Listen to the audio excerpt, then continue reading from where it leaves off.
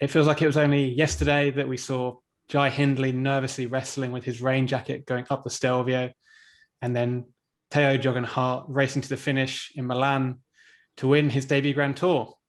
It's back, the Giro in a normal calendar slot, hopefully not to be badly affected by the pandemic.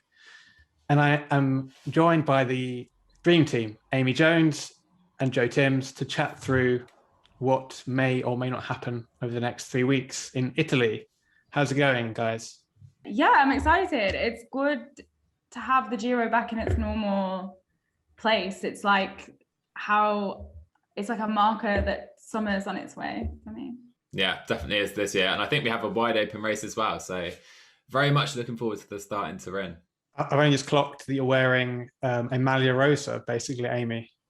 Oh, yeah. I'm glad you noticed. That was definitely on purpose. Like, actually, it was. Very good. Very good. Speaking of the Maglia Rosa, let's get right into picking our top 3 for the race, which is possibly extremely ill-advised because the Giro is one of the most unpredictable races. And there's no real clear favourite this year. Amy, let's start with your podium. Ooh, okay. For me, I think if he's on his normal form, Bernal is definitely the favourite. And also Yates, I would say. And then after that, it's kind of, I don't know, I think maybe I'd like to say Hindley, just because, having come second last year. I'd like to see him do well again. So that's my 3, I think. And Joe? It's a difficult one again. I think a lot is depending on Remco Evenepoel's form, because obviously we haven't seen him race this season. We haven't seen him race since he crashed out of Il Lombardia in Italy last year. So if he'd ridden a few warm-up races, I think he'd be a top favourite. I think he still could be a top favourite, but, just too many unknowns for him, regarding him for me. So that puts Joao Almeida in a position where he could be the Deceuninck leader, could be working for Evenepoel, but again, not certain on his pure mountain climbing ability, which we saw last year on the Stelvio. So I'll go for Simon Yates to win the Giro this year. He's my pick to win it. I'll go for Mikel Landa in second. I think Bahrain Victorious have a really strong team. Peo Bilbao as well, who's riding brilliantly this season. Caruso too. I think Landa will be their leader. And I expect to see him have a great race. And then I'll go for Pavel Sivakov, actually, in third place. The best Ineos Grenadier. Yeah, I don't know. I'm not sure how much I trust Bernal compared to previous seasons. So I think Sivakov is just improving. So I think he could get a podium this race. Interesting, because we were going to go on to surprise packages and I had Sivakov down as mine. Like, I'm not sure it will be that much of a surprise, but he's either going to be massive helper to Bernal, or as you say, he could be up there in his own right. That should be interesting. There's very sensible picks, and I'm not going to hedge my bets. I think that Bernal doesn't have it quite, that he's not at the level he was when he won the Tour de France. I gone for Simon Yates. I just got a feeling that it's going to be kind of his year, not just for this, but maybe the Olympic road race, which I know he's crazy about winning. Joao Almeida, there we go. Yeah, I mean, Remco's a fantastic talent, but he hasn't raced, and he's not going to have it in his legs to be up there over 3 weeks. Like that would be ridiculous, really. He'll be helping his Portuguese teammate, who hasn't been out of the top 10 of a stage race since his very first one with the Koenig, which was the Tour Down Under 18 months ago, which is a crazy stat. And yeah, I was going to put Bernal third, but then I looked at the starter list properly and saw how strong Bahrain Victorious are, and I thought Landa's probably going to sneak in there in third, in front of Bernal. Though you've got to think that Ineos Grenadiers are so strong that they're likely to have someone on the podium. Lightning won't strike twice, compared to last year's Tour when they weren't really in the shake-up for GC. Yeah. I think they've got more options this year as well. They've got, besides Sivakov and Bernal, I think they've got Danny Martinez too, who probably will be a domestique, but you never know. If he's on great form, he could even play his own role in the GC. So yeah, they've got a lot of depth this year for sure. Like, as for teams that could be worried, I look at Trek's lineup, and you've got Nibali, who's coming back from a bad hand injury, Ciccone, who hasn't been doing much in terms of top 10 finishes, and Mollema, who's okay, decent, the guy who always finishes about 8th, frankly, and isn't getting any younger. Should they be worried? I mean, for me, it depends on their approach to the race. Are any of these guys going to finish on the podium? For me, probably not. Ciccone is younger than the other two, of course, but he doesn't really have the time trialing ability for me. So, I mean, they've got a strong team. They're not going to podium the Giro this year for me, but I think if they focus on stage wins, which I think should be their approach, you know, Nibali's not going to finish on the podium this year, coming back from injury. Mollema, like you say, he always seems to have a few off days in the GC. If these guys drop back early, they can, if they drop out the GC battle early, I think they can win numerous stages, but I don't see them challenging for the Maglia Racer. All right, well, let's go on to our picks for surprise packages, even more speculative. Amy, who's your one? I had a few for this, but I think for someone who would be not a real left field one, but like maybe not someone you'd thought of, I would go with Fausto Masnada. He just did really well. He came 3rd in Romandy. And I guess it's not as likely given that there's 2 other potential leaders in that team, but yeah, I don't know. I just based it on the way he's been riding recently. It's a good pick, and like DeKoning keep finding these uncut diamonds, basically.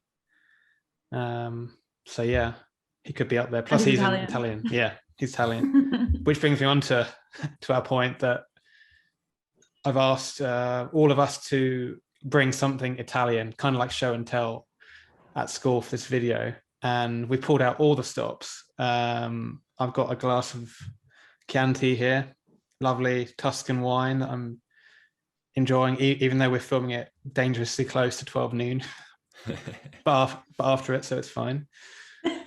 What do you guys bring? Well, if this is show and tell at school, then I'm getting an A-star, because I've got my little mozzarella and tomato salad situation going on here, which I cobbled together thinking that you guys were going to have some kind of amazing Italian spread. So I've got my pink jersey and my Italian salad. Come on, Joe. Well, I've gone for a slightly more sensible choice, as Andy said, close to 12 noon. I've gone for my best attempt at a macchiato type coffee. I won't show you it because it's not the greatest macchiato ever, but I'll claim it as a macchiato nonetheless. I think we're not threatening the baristas of Italy, but it's still a nice thought. Plus coffee after 12 noon. That's a big no-no again. You're gonna get kicked out of Italy, Joe. If I make it. Anyway, back to surprise packages. Apart from our dubious food choices, Joe, who did you plump for? Well, I mentioned him earlier. I think Pello Bilbao is such a good rider nowadays. He was in the top 5, I think, last year at the Giro. I think he was 5th, actually. And, you know, I think he can be used as a dual leader type option for Bahrain alongside Landa, rather than a pure domestique. We saw his descending skills as well at the Tour of the Alps, which are clearly unbelievable, which won him that stage at the Tour of the Alps. But another rider, I'll say, bar Bilbao, who's perhaps a little more unknown, is Jefferson Alexander Cepeda of Androni. I think he's 22 years old, a Colombian. I think his first Grand Tour as well. He rode really well too at the Tour of the Alps, and I'm watching him very closely, particularly in the high mountains. I think we could maybe see him challenge for a stage in the breakaway. We'll see. I'm looking out for him closely, though. That's for sure. I was just going to say Bilbao's a good shout because he's Spanish time trial champion. You didn't say that already, did you? I didn't, no. No. Okay. Obviously there's 2 time trials, so that's the thing. What's going to happen if kind of Bilbao and Landa are both up for it? Who's the leader? I think if you can keep Bilbao in touch throughout the mountains and send Landa on the attack, then you still have Bilbao in the GC theoretically for that final time trial into Milan. So I think, you attack all out with Landa because he is going to lose time in that time trial. So I guess it's quite a nice 2-pronged attack with one who's one of the best climbers in the world, and Bilbao, who, like you say, Amy, is a slightly better time trialist than Landa. So I think it could work really well for them for sure. And my one slightly more left field and kind of less obvious is Bora Hansgrohe's Matteo Fabro. Just because I look at their lineup and they have a few riders to support Peter Sagan, who will probably win at least one stage. And they have Manu Bookman potentially for the GC, but he's not had a great last 12 months. Confidence won't be super high. And Fabro, I've noticed him doing a lot of work for teammates in the last few seasons. He just needs a kind of clear run. And again, he's Italian, so the motivation will be high. And he's 25, so he's coming of age, so to speak. So it would be nice to have him in the top 10. Leading on to talking about sprinters, I also think David Dekker, who is Jumbo-Visma's young Dutchman, I think doing his first Grand Tour, very, very fast in the kind of U23 ranks. I think he could spring a surprise, maybe not a stage win, but, get very close. When it comes to the bunch sprints, he's on the same team as Dylan Groenewegen, who's making his comeback from that crash in the Tour of Poland last summer. That's going to be very interesting how that dynamic between them plays out. Yeah, definitely. I think I'm with you. Dekker is so talented. We saw him at the UAE Tour finish it right at the front end of a couple of stages in the sprints. But Groenewegen coming in definitely probably has an impact for me. Is Dekker going to be given a free role, or is he going to be used as a lead-out man for Groenewegen, assuming they're both in the race going throughout the 3 weeks? I'm not sure if either or will struggle in some of the earlier mountain stages, perhaps. But I think Groenewegen will probably be their leader, so it may be slightly more difficult now for Dekker to challenge for himself.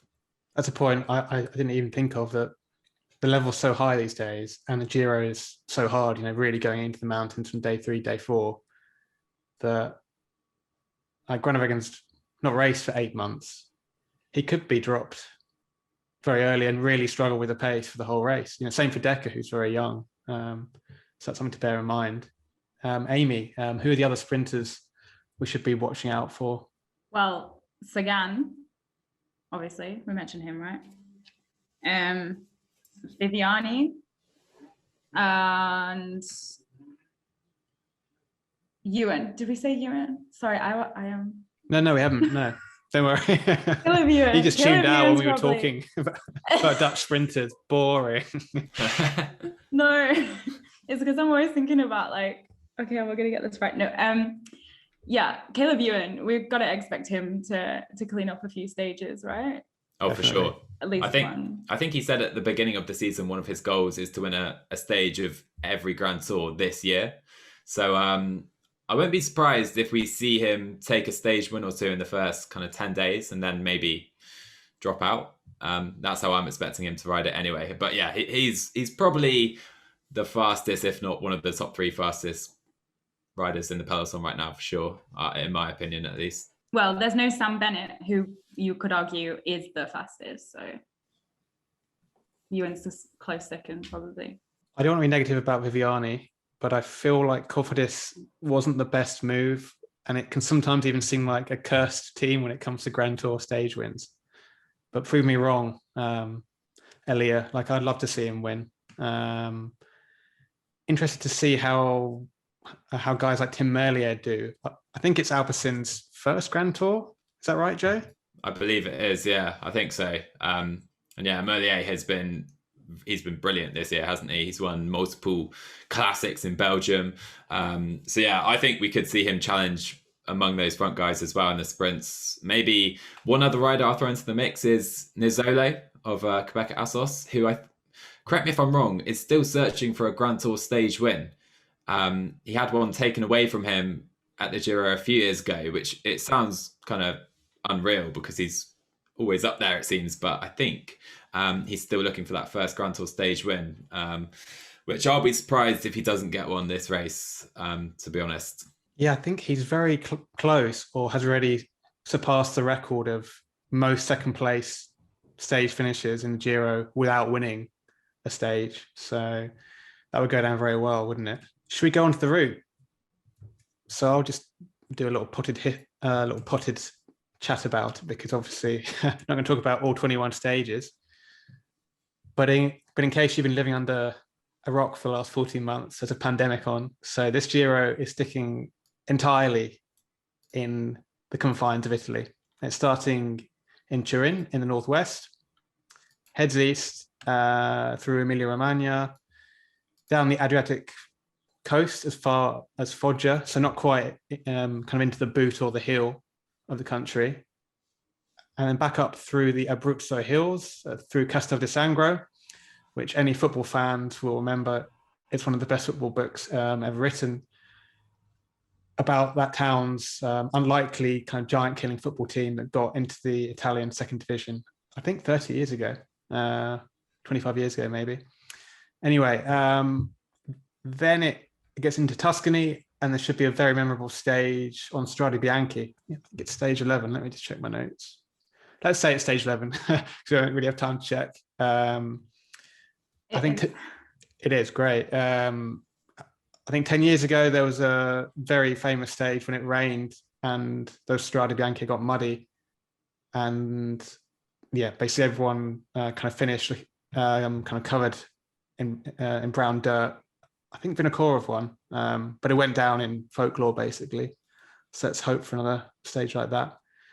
Then it gets really super serious, like the high mountains for the last week, which is pretty regular for the Giro, and a really backloaded Grand Tour where it'll pay off to save your form and your strongest kind of teammates for that final 7 days.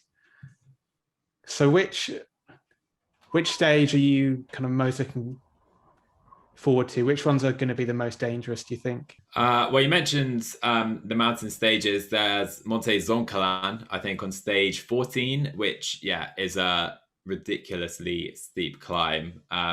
We know what to expect there. We saw Froome win there ahead of Simon Yates the last time it was ridden at the Giro, which was 2017, I think, or 2018. And yeah, we know what to expect there. There's going to be massive time gaps. But the stage I'm most looking forward to has to be that stage 11 on the Tuscan roads, the Strada Bianca roads, Perugia to Montalcino, I think. Yeah, simply because I feel anything could happen. We could see GC riders lose time. Almost anything could happen on that day. So that's the stage I'm looking forward to the most, for sure. Yeah, I think like parkour-wise, that one and the Zoncolan, definitely the most attractive. But I think the final 2 road stages before the time trial will also be really exciting, really hilly, and they'll be really I think it's probably going to come down to the wire, unless someone runs away with the GC early on. Those 2 final road stages are going to be pretty explosive, I would imagine. So yeah, they'll be good ones to watch. But yeah, the Zoncolan, I got out of riding up the Zoncolan once.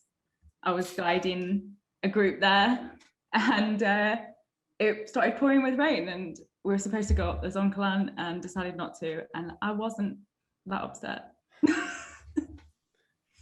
So I've driven up the Zoncolan and the car nearly stalled. Like, some of the hairpins are so steep.